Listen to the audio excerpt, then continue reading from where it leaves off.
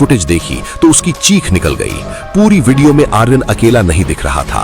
पूरी वीडियो के दौरान एक नन्ही बच्ची उसके पीछे पीछे चल रही थी। और सबसे डरावनी बात थी कि वार्ड नंबर 13 में जब आर्यन नीचे गिरा था तब वीडियो में साफ दिख रहा था कि आर्यन के खुद के हाथ ने ही उसकी दूसरी कलाई पकड़ रखी थी और उसका अपना चेहरा कैमरे में किसी शैतान की तरह बदल गया था। शहर की भीड़ भाड़ से दूर पहाड़ी की तलहट्टी में बना जीवन रक्षक मेमोरियल हॉस्पिटल अब खंडहर बन चुका था।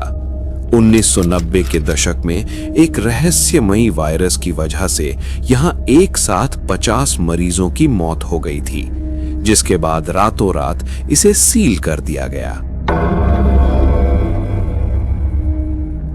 आर्यन, जो एक मशहूर घोस्ट हंटर और व्लॉगर था, अपने कैमरे और ईएमएफ मीटर के साथ वहां पहुंचा।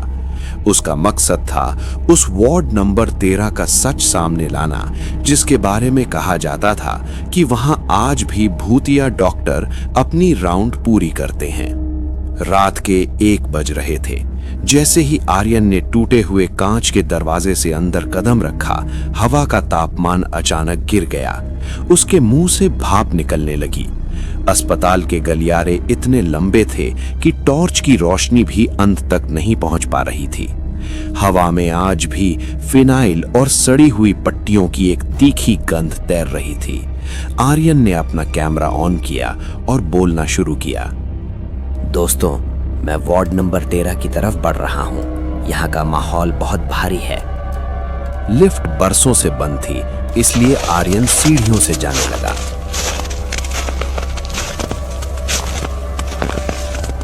जैसे ही वो तीसरी मंजिल पर पहुंचा, उसे लगा कि उसके पीछे कोई और भी चढ़ रहा है।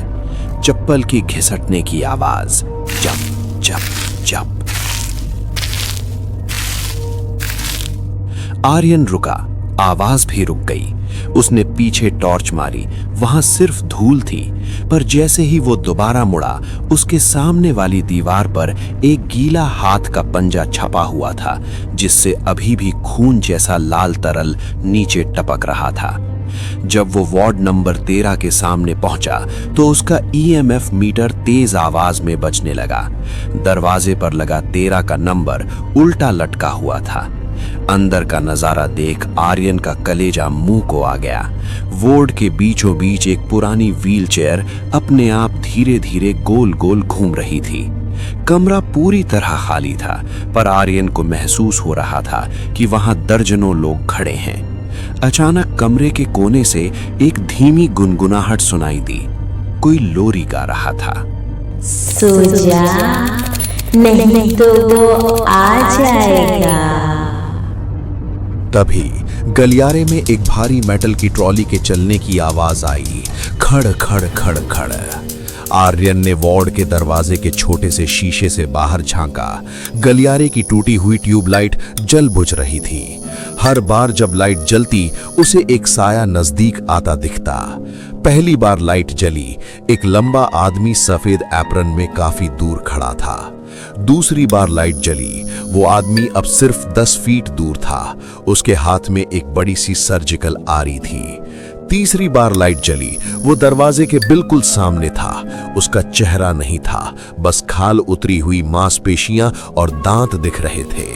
आर्यन चिल्लाया और पीछे हटा, पर उसका पैर एक लोहे के बेड से टकरा गया। वो गिर पड़ा। उसका कैमरा बेड के नीचे चला गया।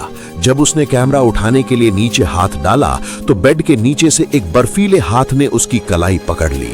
वही आवाज दोबारा गूंजी, पर इस बार सीधे उसके कान के पास। डॉक्टर साहब, मेरा ऑपरेशन अभी बाकी है।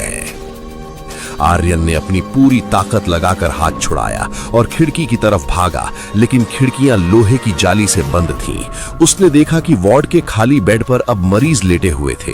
नीले पड़े चेहरे, फटी हुई आंखें, और सब के सब आर्यन को देखकर मुस्कुरा रहे थे। वो बिना पीछे देखे भागा। वो सीढ़ियों से नीचे कूदता हुआ मुख्य द्वार तक पहुंचा। बाहर निकलकर उसने अपनी गाड़ी स्टार्ट की और शहर की तरफ निकल गया।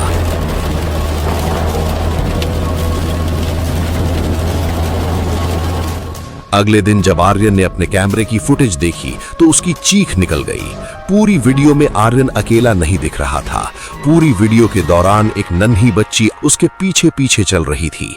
और सबसे डरावनी बात थी कि वार्ड नंबर 13 में जब आर्यन नीचे गिरा था तब वीडियो में साफ दिख रहा था कि आर्यन के खुद के हाथ ने ही उसकी दूसरी कलाई पकड़ रखी थी और उसका अपना चेहरा कैमरे में किसी शैतान की तरह बदल गया था। आज भी आर्यन आईने में अपनी शक्ल नहीं देखता क्योंकि उसे डर है कि अंदर से वो डॉक्टर उसे देख रहा होगा। क्या आपको वार्ड नंबर 13 के उस बिना चेहरे वाले डॉक्टर की कहानी और विस्तार से जाननी है? अभी कमेंट करें और बताएं।